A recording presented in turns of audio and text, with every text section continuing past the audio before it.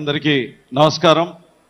వేదిక మీద ఉన్న పెద్దలందరికీ, జనసేన పార్టీ అధ్యక్షులు పవన్ కళ్యాణ్ గారికి, అలాగే ఈ 12వ ఆవిర్భావ దినోత్సవానికి వచ్చేసిన జన సైనికులకి, వీర మహిళలకి, 2 రాష్ట్రాల నుంచి వచ్చిన కార్యకర్తలందరికీ కూడా నా హృదయపూర్వక నమస్కారాలు.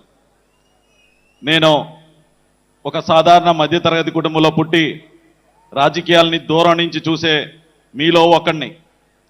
కానీ నాకు అందరికన్నా ఎక్కువ ఒక అరుదైన అవకాశాన్ని ఇచ్చి పార్లమెంట్లో మొట్టమొదటి జనసేన అభ్యర్థిగా నేను ప్రమాణం స్వీకారం చేసినందుకు చాలా గర్వపడుతున్నాను. ఇలాంటి అవకాశం ఇచ్చిన పవన్ కళ్యాణ్ గారికి నమస్కరిస్తున్నాను సార్.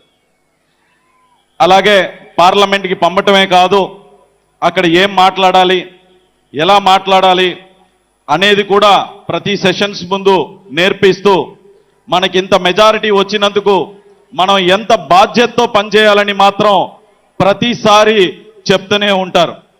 అలాగే గత ప్రభుత్వంలో జల్ జీవన్ మిషన్ని మొత్తం అంతా 16,000 కోట్లు కేటాయిస్తే అందులో 2,000 కోట్లు మాత్రమే అలా ఇలా వాడి వదిలేస్తే దాన్ని మన అధినేత పవన్ కళ్యాణ్ గారు స్వయాన ఆయనే బయలుదేరి వచ్చి నరేంద్ర మోడీ గారిని అడిగి జలశక్తి మంత్రిని కూడా కలిసి, సార్ ఈ స్కీమ్ని, అయిపోతున్న స్కీమ్ని ఎక్స్టెండ్ చేయండి అని చెప్పి, మన వల్ల, పవన్ కళ్యాణ్ గారి వల్ల, మన డిప్యూటీ సీఎం గారి వల్ల దేశం అంతా స్కీమ్ని ఎక్స్టెండ్ చేసి నరేంద్ర మోడీ గారు రాష్ట్రానికి కాదు దేశానికి అందరికీ కూడా ఎక్స్టెండ్ చేస్తున్నాను అని చెప్పి మన వల్ల దేశం అంతా కూడా లబ్ధి పొందేలాగా ఆయన చేశారు. నేను కూడా మీకులాగే మన సార్ స్పీచ్ కోసమే వెయిట్ చేస్తున్నాను. సో దానికోసం ఎక్కువసేపు మాట్లాడకుండా ఇప్పటం స్టేజ్ మీద మన అధినేతను చూశాను. ఒక వేటకెళ్తున్న సింహంలా కనిపించారు. ఈరోజు స్టేజ్ మీదకి వస్తున్నప్పుడు చూశాను, గుంట నక్కల్ని వేటాడేసిన సింహంలాగా వచ్చి ఆ ముఖంలో ఒక చిన్న చిరునవ్వు, అదే గంభీరం అలాగే ఉంది.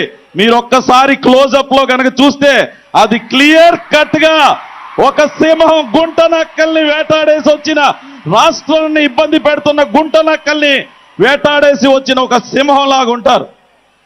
సార్ ఎప్పుడూ కూడా మీ వెంటే ఉంటాం, మీరు చెప్పిందే చేస్తాం, మీరు అప్పచెప్పిన బాధ్యతల్ని తప్పక పాటిస్తూ ఈ అవకాశాన్ని ఇచ్చిన మీకు హృదయపూర్వక నమస్కారాలు చెప్తూ సెలవు తీసుకుంటున్నాను. ధన్యవాదాలు.